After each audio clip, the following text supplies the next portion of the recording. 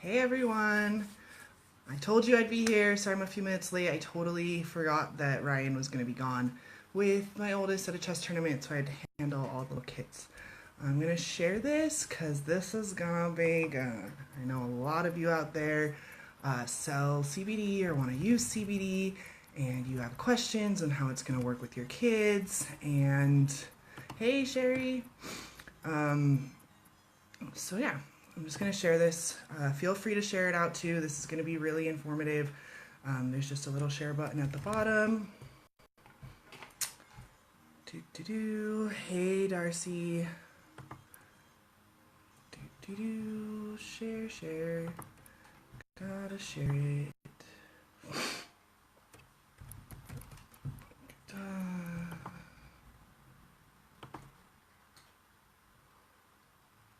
Okay, one more.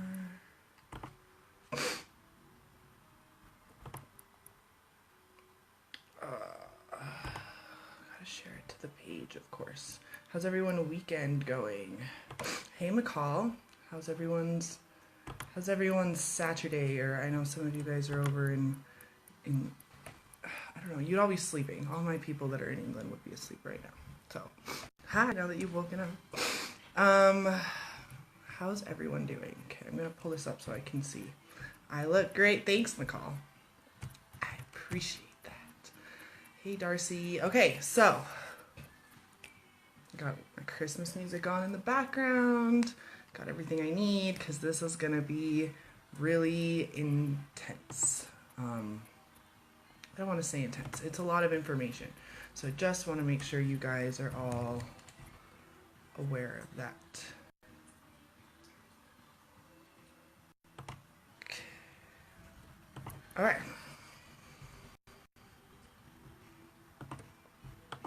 All right. Jesus. Freaking phone was right where I needed it to be. Okay.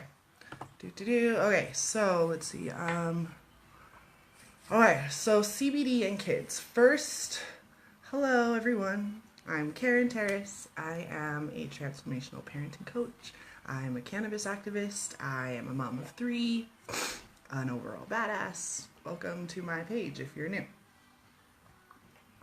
Those of you that aren't new, welcome, welcome. Good to see you. I'm glad you're here and that you're willing to take the time out of your day to watch this video. So, as I just mentioned, I'm a cannabis activist. I'm actually a canna-mommy, as it says right there. I want to be like her when I grow up. I know, McCall, we've already talked about this. You can come be me whenever you want. You could decide to come be me tomorrow if you decided that you really knew that you had the resources to have it. You can share it to McCall. There's like a share button at the bottom if you want to share it. That's a good way to do it. So if you're popping on, share this out to other people so that this message can get to all of those people out there that need to. Okay, so cannabis mommy, canna activist. So my background in cannabis is that in 2008, I got pregnant for the first time and had hyperemesis gravidarum, which is extreme morning sickness. So there's like morning sickness. The best example that you can like look it up is the next Queen of England. What the hell is her name? Kate Middleton. She gets it really bad with all of her kids. Thanks, McCall. Look at all these. I have a stuffy. I swear if I put on makeup, like putting on my mascara, I get a runny nose. Like immediately every time. Like my face knows that there's something to mess up. I don't know why. So I'm sorry about that. So I used cannabis after trying everything else. I lost 25 pounds my first trimester with my oldest. They tried giving me the anti-nausea medicine. I would just throw it up. I would throw up my prenatals. I even tried the suppository, and all it did was give me diarrhea, actually. So that's not helpful when you're also puking. So it was a really horrible experience, and I remember going to my doctor and When I got pregnant, I didn't even know if I'd be able to deliver my baby because I was born with hip dysplasia. So I was actually in a brace. My first 6 months of life, really bad hips, really bad knees. My massage therapist teachers used to actually make fun of how fucked up my legs were. And it wasn't they were making fun of them, is that they would use me for an example to be like, look at her legs. My feet would go out, my knees would go in. They were just totally like twisted and did not look stacked and pretty and like gorgeous legs. Look like my legs look now because I've been able to change my whole entire body into what I wanted it to be. Anyway, that's a whole nother thing. So I was in massage therapy school. I had heard other moms, like other people tell me about cannabis. My husband was already like a stoner, so like I could get weed if I needed it. I just didn't smoke. I had bronchitis. There were all these reasons. I was so like anti-weed because of my dad and because of just everything. I was like the president of my school's dare club. Like I was not a pothead. Like I thought cannabis was as bad as like cocaine or meth when I first started, like back in 2006 when I was like graduating high school. So which is like, it's weird now that I can say back in 2006 because it really was that long ago. But again, different story. Not that long ago, but like long enough ago. So I went to a doctor's appointment and told my doctor all this. And luckily for me, my doctor actually did his residency in what's it called? In Arizona. And my OBGYN at the time was not from America. Originally, he was from Sweden, so he had some other insights. So essentially, I had this super awkward conversation with my OBG that went along the lines of, well, I'm sorry all these other things work, like there's not very much we can do, we already don't know how this pregnancy is going to turn out with being able to birth. Hold on one second.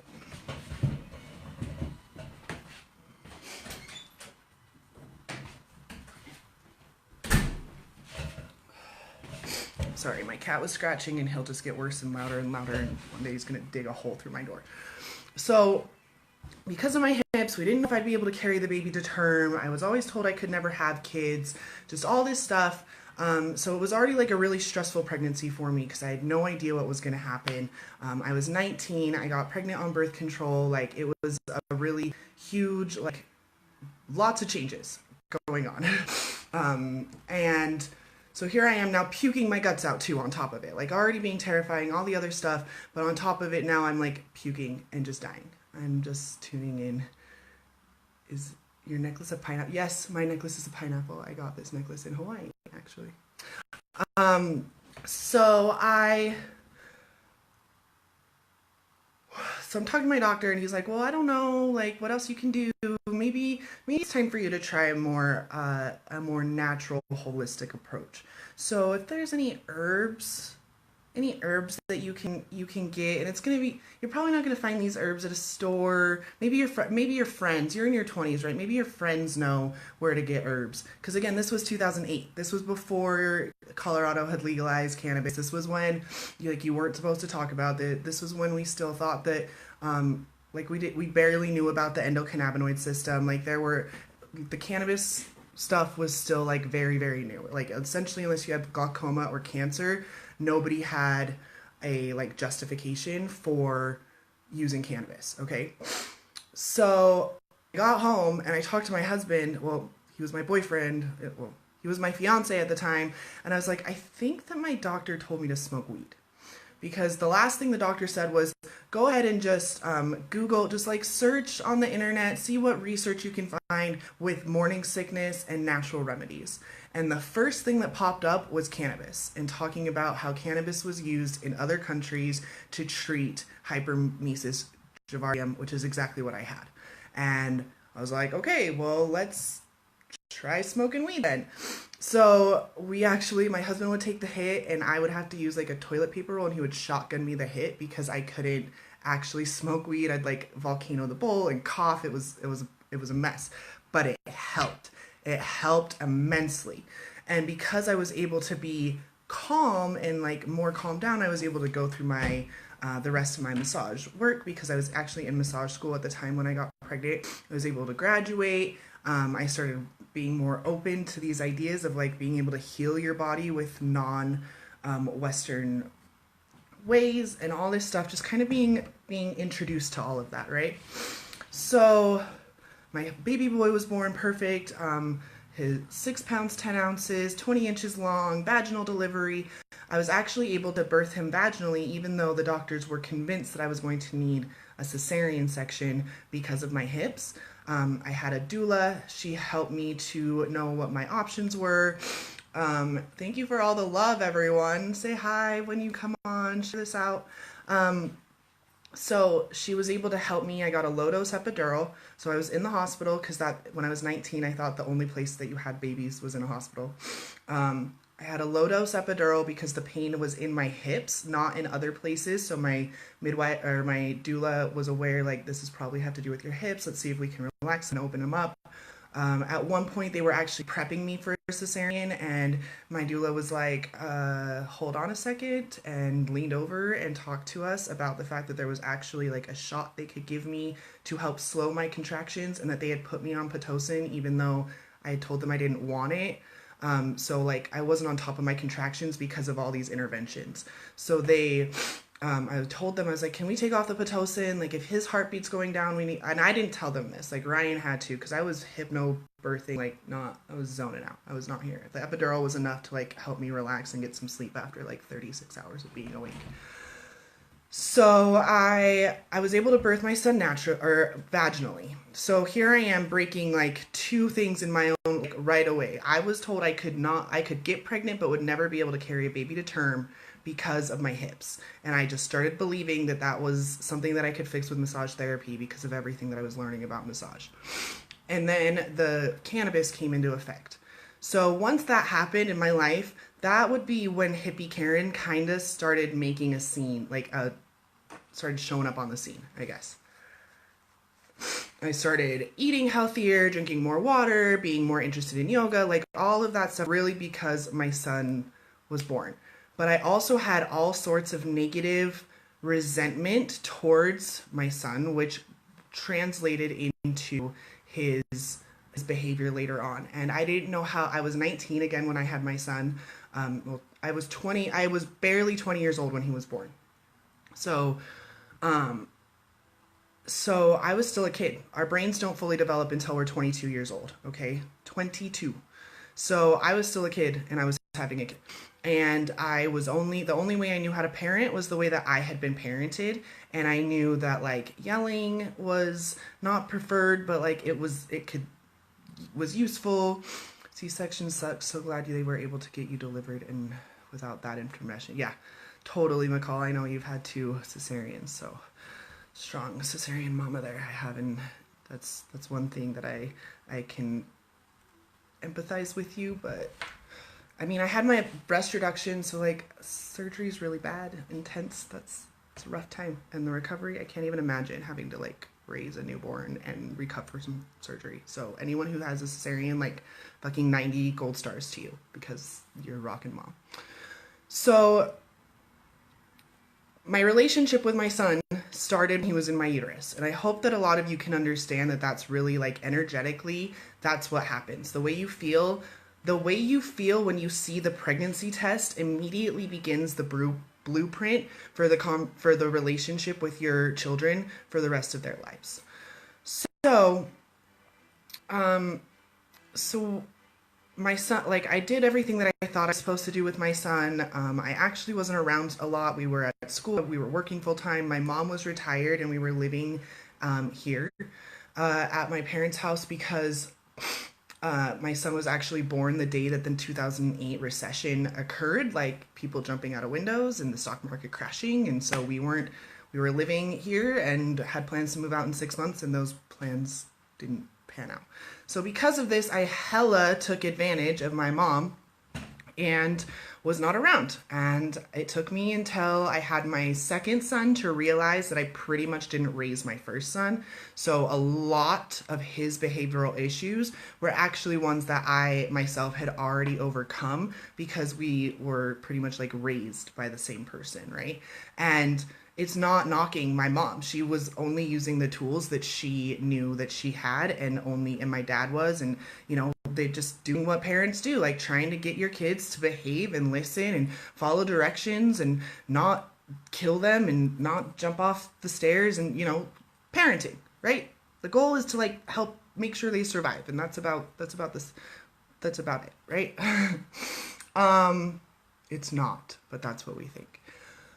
So fast forward and we get to like 2010, and I'm this person that's all like, cannabis is going to be legal by 2020. This is ridiculous. I had a friend who was in college. He wrote a paper all about like a 20-page report about cannabis, because he was also a stoner, but a very intellectual person. And so he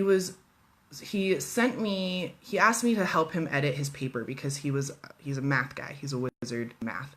And so papers and writing and essays were not his strong suit. So I'm sitting here correcting all these grammatical errors in this informative essay, having my mind fucking blown over and over and over and over again by the facts of cannabis. The fact that it became illegal in 1936 pretty much because of racism only, and because of the paper mills and the timber industry, and finding out how it became illegal, and how there was like these three buddies in New York and Washington D.C. that like campaigned against the whole country and put out all the reefer madness shit. And then all of the like stuff from the drug war and Nixon's own aide coming out saying like, we knew that cannabis wasn't bad, but we had to get more people to hate the hippies, essentially. So all like reading this 20-page paper, mind being blown over and over and over again. And I was like, the fuck, guys. Like, so that was like, I had already been like not smoking weed all the time, because after I was done being pregnant, I didn't really like, actually my third trimester I had stopped. There wasn't really a need to. And then all of a sudden, when my son was about 6 months old, I was diagnosed with fibromyalgia. I had intense pain throughout my whole body. I couldn't move. I didn't want to do anything. I was lethargic. I 90% had postpartum depression that was undiagnosed, because I was also suicidal. I wanted to run away all the time. I wanted to leave my life. All these thoughts that would come up in my head that pretty much I just attributed to the fact that I had a baby when I was 20, and that I didn't have an abortion, and I needed to just stick with my fucking choice. And that was it. And I didn't put him up for adoption or any of that stuff. Like, I made the choice to keep him, and now I was just gonna have to deal with it. And now I was just in a lot of pain, and like I wasn't able to like really connect it. I was just like, well, this is my life. This fucking sucks. I have like a 6-month-old, and I'm never gonna be able to chase him or any of this stuff. And by his first birthday, I was on 6 different pharmaceuticals for fibromyalgia. And I was taking three or four of them were for the actual fibro, for the nerve pain and for sleeping and things like that. And then nausea was also in there. So then I was also taking an anti-nausea pill, but then they started giving me pills for the side effects of the fibro pills, which was like tremors and even like darker thoughts. So I was like on an antidepressant at one point, I think, and just fucking crazy. It was insane. I was 21 years old, taking 6 different medications, laying around in bed, unable to really hang out with my kid, totally hating my life, living in my parents' basement, hating the way they were raising my kid for me, but had no way of getting around it. They were still parenting me. Like, literally, my life, I fucking hated it. I hated my life. Absolutely despised it. But I kept going. Just resolved that this was my life, and poor fucking me, and hopefully I'll OD on medications and I'll be over. So that brings us to like, I don't know, sometime between 2009 and 2000, like somewhere in 2000, some point in 2010.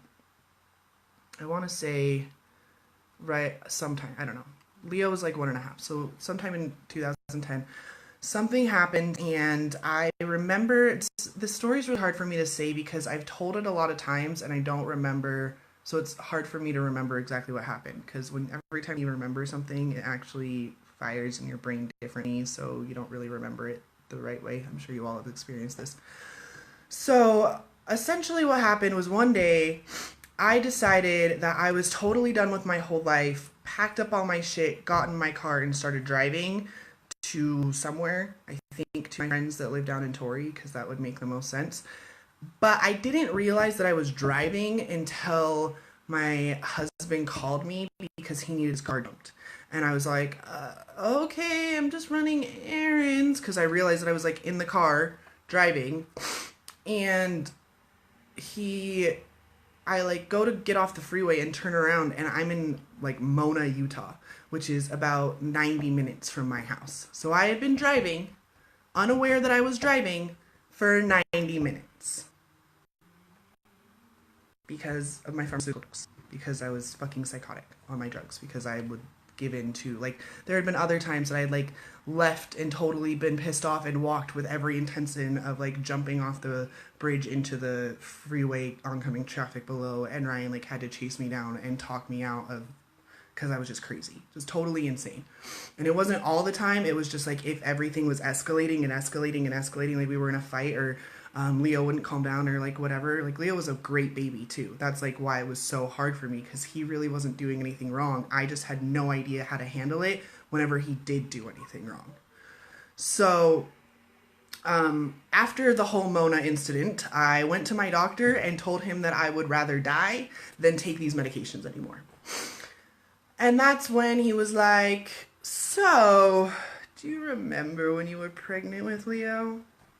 And essentially, because now it was 2010 and the conversation was starting to open up a little bit more. Yeah, you've done that? Yeah, it's fucking scary. If you've ever driven, not known it because you were on pharmaceutical drugs, don't fucking take pharmaceutical drugs. Just don't do it. The reason why pharmaceutical drugs are so bad is because of the side effects, not because they aren't helpful. They're totally helpful. They help a ton of people. The side effects will fucking kill you. So, you know, if your disease doesn't, the side effects will. Yeah, fuck Big Pharma. It's true. So then we get to me realizing that I could have just been smoking weed the whole time and probably would have been better. So I then became that person that's like, I haven't used pharmaceutical drugs in X amount of years because of cannabis. And that was me for years until like earlier this summer, actually. Honestly. Like literally until this summer, when I really understood that it wasn't cannabis that was helping me, it was me. I just would tell people, oh, I think my son's coming upstairs. Hold on. What's up, Alex? Mom, I wanted to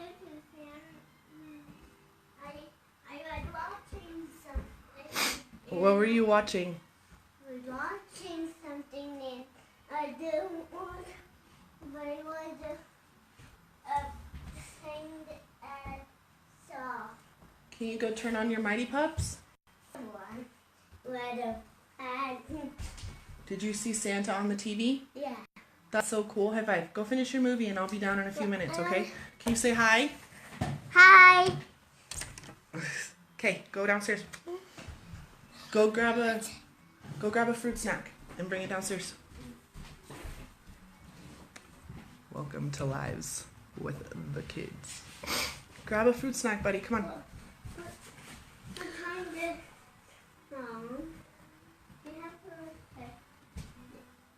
I have a question. Why aren't you watching your show like I asked you to? I have a question. What?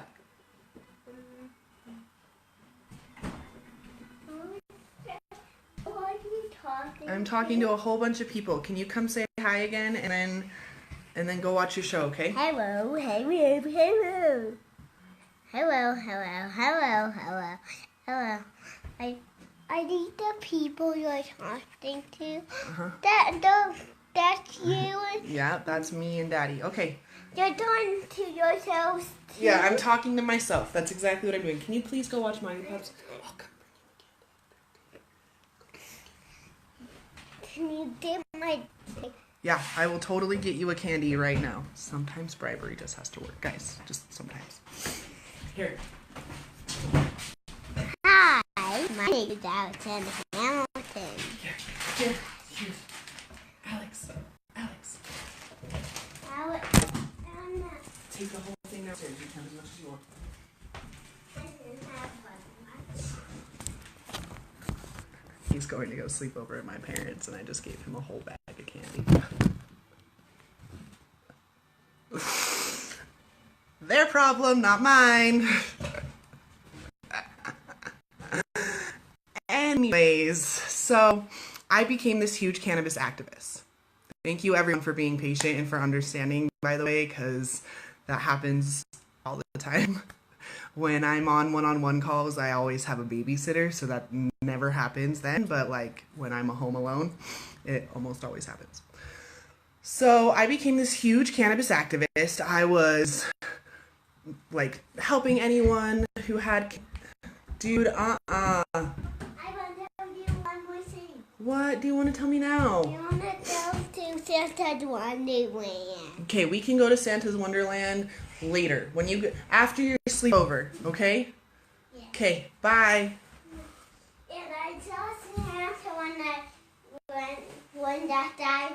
Okay.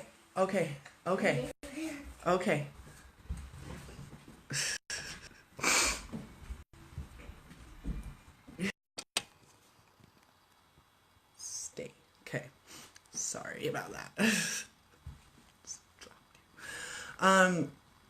Reset, focus. So I became a cannabis activist and was constantly telling everyone that cannabis changed my life, that I wasn't using all this medication because of cannabis, etc., etc. But if I ever didn't smoke, hi Lisa, if I ever didn't smoke, the pain would come back. I always made sure that we had weed. I always made sure that I had it. The edibles didn't really work. Topicals were pretty okay, but again, this was like between 2010 and 2018, essentially, 2017, because I hadn't really like used cannabis most of last year. No, I guess it was not most of last year. It was really like the end of last year was when I really started like being like, I wonder if I could just like decide that I don't have fibromyalgia anymore and see what happens. So I used cannabis for a long time. I still enjoy it recreationally, but I'm not using it for medicinal purposes anymore at all because I don't have fibromyalgia anymore. So this brings us to now.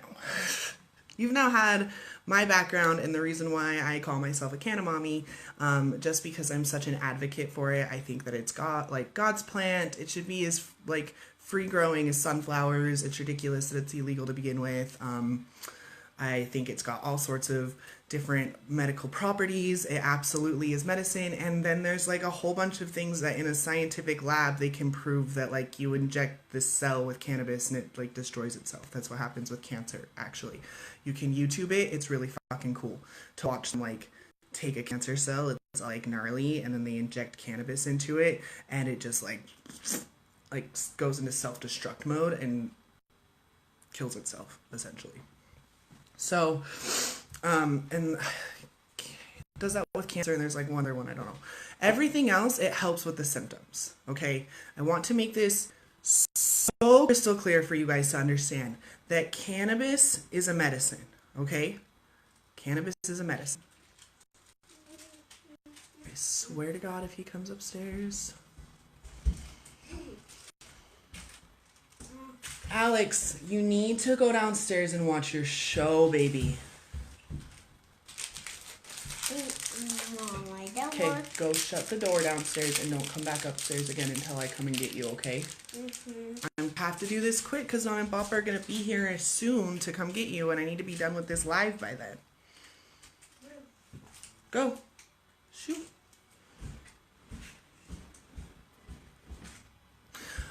So... I didn't realize anything. Where was I at? Okay, so cannabis is medicine. Cannabis is 100% a medicine. Do you know what else is medicine? Pharmaceutical drugs. They literally are just medicines. Because unless you're actually addressing the cause of the illness or behavior or whatever, all you're doing is covering up the symptoms and helping the symptoms, but you're not curing anything, okay? Fast forward to this year when I started selling CBD. Okay? I thought it was really awesome that there was a legal way for me to sell cannabis to other people because it had helped me so much. I'm in this group with like all these other people. I found this awesome product that's still in its soft launch, like an amazing opportunity, awesome people to work with, and like a family-owned business, really cool. And I learned a lot more about CBD because I knew about cannabis as a whole. So I understood the entourage effect. I understood all these other things, but just CBD and also how it was legal due to the Farmers Act. Like I didn't know any of that until this year. My friend Kelly actually taught me all of this. And she suffers from anxiety and she was able to drop her pharmaceutical drugs and replace it with cannabis. And that story has been like tons and tons of people have told me a similar story. My depression, my anxiety, my trigeminal nerve pain, my seizures, all this stuff has been helped, alleviated. The symptoms were alleviated by cannabis. And without all of the gnarly side effects. So the reason why I still absolutely advocate for cannabis is because, again, what we were just talking about. If your disease doesn't kill you, the side effects from your medicine will. Okay. So, and I mean, your medicine could kill you. What about all those people that accidentally OD, like Heath Ledger, who OD'd on Ambien because he probably woke up in the middle of the night, didn't remember taking one, and then took another one. That happens all the time. Or kids who think that they're taking an oxycodone and it's actually been like laced with fentanyl and they die like that because one drop of fentanyl can just drop a whole human. But we're giving it to people in patches all the time. Senator Mark Madsen literally died from a fentanyl patch exploding and he didn't know it, and had his daughter not come and woken him up off the couch like he had asked her to because he had put burgers on the grill and was feeling super tired because his patch had fucking broken, and he went and told his daughter to come wake him up, and had she not come woken him up, he wouldn't have been able to be resuscitated. That's when he became a cannabis activist. My Christine Steenquist, she had trigeminal nerve pain. She's a brain tumor in her brain. All these people who have been immensely helped, and there's not the risk of you can't OD from weed, right? So that's why, again, cannabis absolutely is the best medicine, and why absolutely when you are using cannabis, you are medicating. And whether you say it's recreational or not, you're medicating because your body has an endocannabinoid system inside of it. Your body has receptors in it that is made to receive all the different, like 3,000 types of cannabinoids, and brings you back to homeostasis. That's why, like, weed being illegal is so ridiculous, because humans are actually made to use it. Cannabinoids are created in human breast milk. So your baby, whether or not you've ever smoked weed in your whole life, is getting endocannabinoids into their system when they're nursing. Facts. You can check all of my facts, guys. Seriously. If you really need to check them, go ahead. I'm not wrong. So, again, CBD. I'm like, sweet, I can get more people to use cannabis. I can help more people. I'm going to start selling it. And a huge chunk of people who use CBD are moms for two reasons. One, they're using it for themselves because they're depressed, stressed out, overweight, nauseous, all the things that moms are, that cannabis can help with, because it helps your nausea, and that way you can eat, and then you can eat properly, or it helps you be less anxious, because again, it's doing things inside of your endocannabinoid system. It's reacting with your body, helping you to calm down. Like, there's scientific ways that it shows what's happening inside of your body on a physical level. But all that really does is allows you to calm down, to drop your own armor. So when it comes to anxiety and depression, if you were able to replace your anxiety meds with cannabis, it's not really that cannabis is helping your anxiety. It's that cannabis is going in and returning you back to homeostasis the way it's meant to, and it allows you to drop the facade and realize that what you're so stressed out about doesn't matter. but we don't think about it that way. We put all of our power into the plant and we say, cannabis is saving me. Instead of thinking that cannabis is doing, like, I'm just returning myself to a certain point, and once I've evened this out, yeah, Xanax hangovers suck, yeah. So once you've evened yourself, after you've been using cannabis for some time, you should be able to stop using it because you've now replaced the cannabinoids in your system, and it should be easier for you to maintain it on your own. So I have all these moms that want to use CBD for that. And then the other reason why moms use CBD is for their kids. Because their kids are anxious, they're depressed, they're not doing well in school, they've got ADD, they're bullying, they've got anger management issues, they have no self-worth, all sorts of self-loathing, all sorts of suicidal thoughts and tendencies, and all these sort of things in our children. And we all know this. You can go on at any news station and they're going to talk about how teen suicides are up and more children under 7 have anxiety, and 40% of the population of children are on ADD medication, like all this stuff, right? We all know this. We fucking scroll through our feed every day. Someone we know has a kid, whatever, with all these things. Hey, Cindy. Hey, Laura. How you doing? So this brings us now. So I've been selling the CBD, helping other people. Awesome stuff. All sorts of testimonials. And this brings us to yesterday, when a friend of mine, who I've known since before I got pregnant with Leo, she actually got pregnant with her first son is about 6 months older than Leo. And we are pretty much like two stones cut from the same rock, because everything, like, we used to let our kids play with each other because we knew what we expected from the other mom. We both parented the same way. So she messages me and asks me if I think that 10 milligram CBD capsule is going to be good for her child.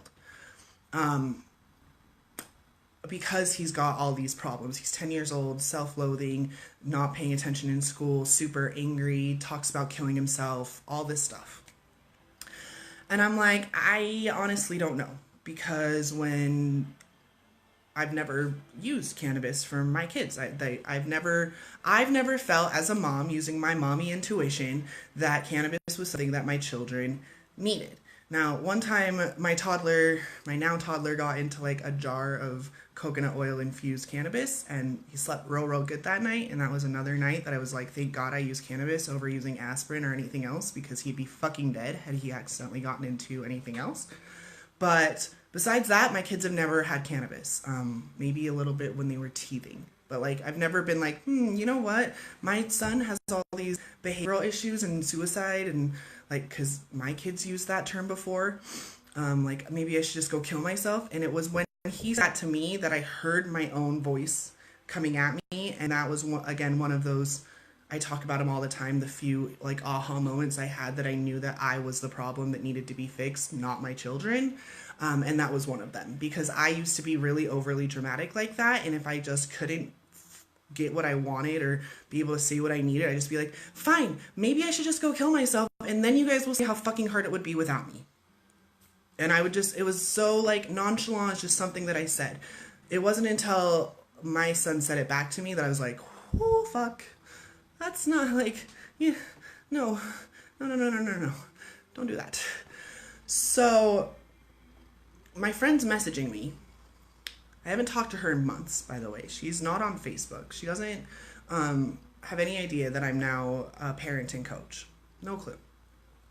She's asking me about using CBD for her kid. And I honestly tell her, like, I never felt that I needed to. And when Leo started having those issues, I started reevaluating my parenting, because I was seeing a reflection of myself coming from him. And she honestly answered that that she knew that the way that she was with her kid, or that the way she used to be with her kids, wasn't the best, and that she knew that that was the reason why, but she didn't know what to do about it. And that the CBD had helped her immensely, that she was going to have to spend thousands of dollars in anger management issues because she couldn't stop yelling and freaking out at her kids. And now she uses cannabis and uses CBD, and she doesn't do that anymore. So I was like, oh, well, what happens when you don't have your CBD? And she said, well, I just make sure that never happens. So almost, it was, oh, when she said that, I remembered when I used to smoke cigarettes, honestly, and I used to just be like, oh, I just never run out of cigarettes.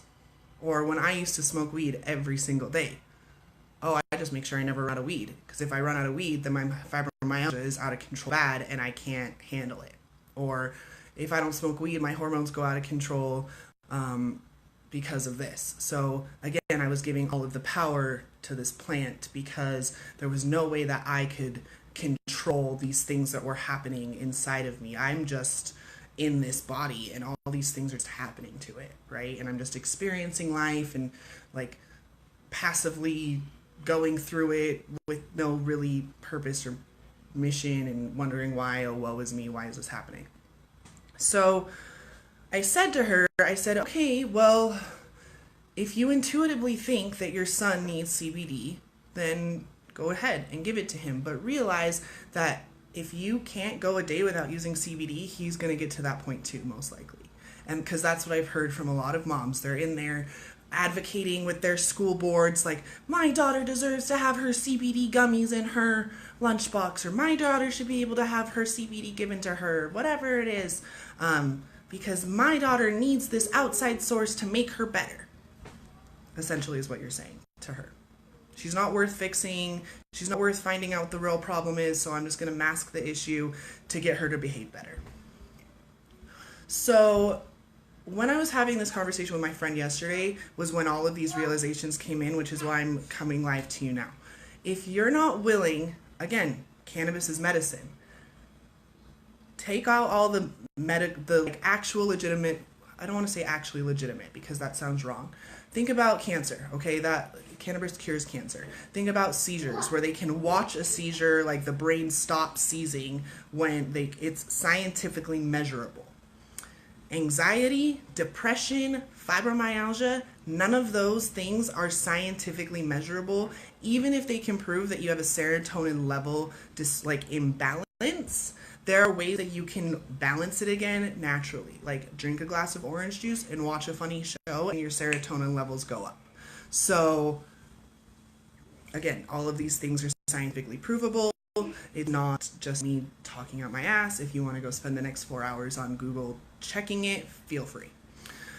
So I realized that what we're doing when we are using CBD for our children is we're just masking the symptoms because we're giving them CBD back. We're giving them the cannabinoids in their body that they're lacking, that have now been lacking for 2 generations at this point, pretty much. And we are making it so, Alex, please go downstairs, dude. Please. I'm begging you to go downstairs, sir. You take those. Okay, I'll take them. Why don't you go play with your kinetic sand in the other room? No. Then go watch your movie, please. Okay. Fast. But like Dash. Well. Go fast like Dash. Well, I only go fast when I be on here. Because I finally get to the important part, of course. Guys.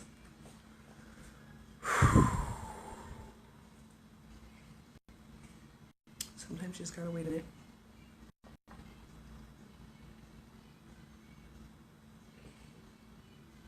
Okay. So I realized then, at that point, that she was telling me that she preferred taking CBD over spending thousands of dollars in anger management. What she told me really was that she didn't think she was worth the time and effort it would take to fix the problem, which is her anger management issues. And it's not really her anger management issues, it's that she's created this facade of anger management issues. She's created this facade of pain, of all of the problems that she has, all of her anxiety, her depression. She's allowed her past to dictate her and all this stuff. And so she thinks that this plant is helping her to not do that, and she's just resolved that she'll just use CBD for the rest of her life, and that's just how it is. And at least it's not any of the harder drugs that she could die from. And therefore, because she's not worth taking the time and energy to get to the root of the problem and find out why she has the anxiety and depression and all of that. Because people kill themselves from things all the time. People get into massive car accidents and get every bone in their body crushed, told by the doctors that I'm so sorry that you didn't die because your life is gonna fucking suck, and end up walking out of the hospital because they cured themselves. People have been able to cure throat cancer just by talking to it and saying, and you're done, you're dead, I get rid of you. I went from a size 14 to a size 8 in 12 weeks because I decided that I wanted to be under a size 10, and that's it. My legs that I was telling you guys about at the beginning, they don't look that way. My massage therapist and my yoga instructor say that I don't have the same body. I literally don't have the same body that they met. And all I've done is decide that I don't have fibro anymore, that I'm not in pain, that I'm not angry, that I'm not a total bitch that nobody can hang out with anymore, that I'm not just a frumpy stay-at-home mom. All I've done is make these decisions. So my friend is telling me that she's not worth making that decision, that she's worth the $40 bottle of capsules that she fills once a month, or the $100 tincture that she fills every month, or whatever it is that she uses. Everyone who gives their kids CBD, what you're telling your kid is that the reason why they're acting that way isn't worth investigating and figuring out and finding a solution to. So here's a Band-Aid and a good luck. And I'll just make sure you have CBD in your lunch. That's what you're doing. Unless you're addressing the cause, all you're doing is covering the symptom. And the cause for my son, for my friend's son who parented exactly like me, the cause for our children's anxiety, depression, suicidal thoughts, self-loathing, all that stuff, is because we were fucking horrible mothers. Fucking horrible mothers who yelled and screamed and threatened and sent them to their rooms. Get the fuck into your room right this fucking second, and don't you dare come out until I've cleaned up this fucking mess that you made because you're a fucking moron.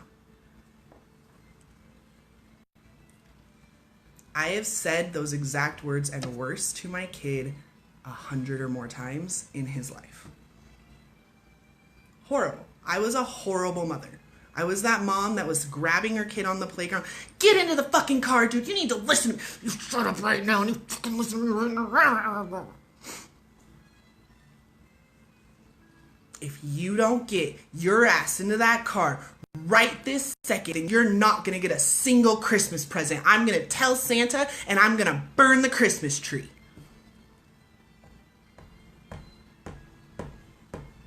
I want you guys to know that I feel physically ill right now showing you what I used to do because it feels so foreign in my body now. Like, I want to start crying, my hands are shaking, my throat hurts.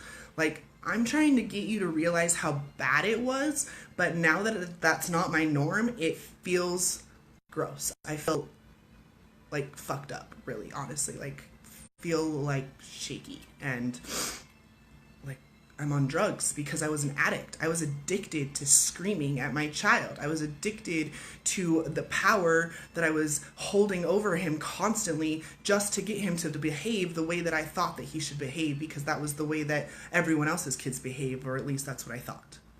And I saw the kids on TV, and I saw my friends whose kids seemed to be fine, but then they were bitching about them on social media too. So obviously all kids just are automatically fucked up and broken, and it's our job to force them into submission so that they can figure out what it is society expects of them. And what society expects of them is to sit down, shut up, do your fucking job, and don't be a bitch about it.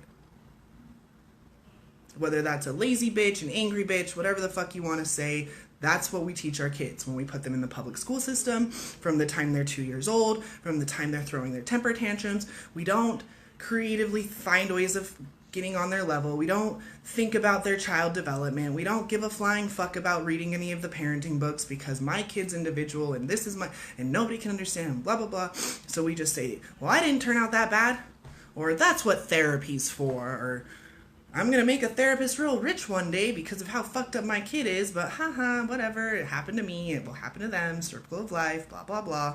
Here's some CBD. Oh, CBD. I'll just take some CBD and then I won't be a mean mom anymore. But God forbid I never have my CBD. Because if I don't have my CBD, then I'm a fucking super scary psycho mom. Because it's the CBD that makes me good.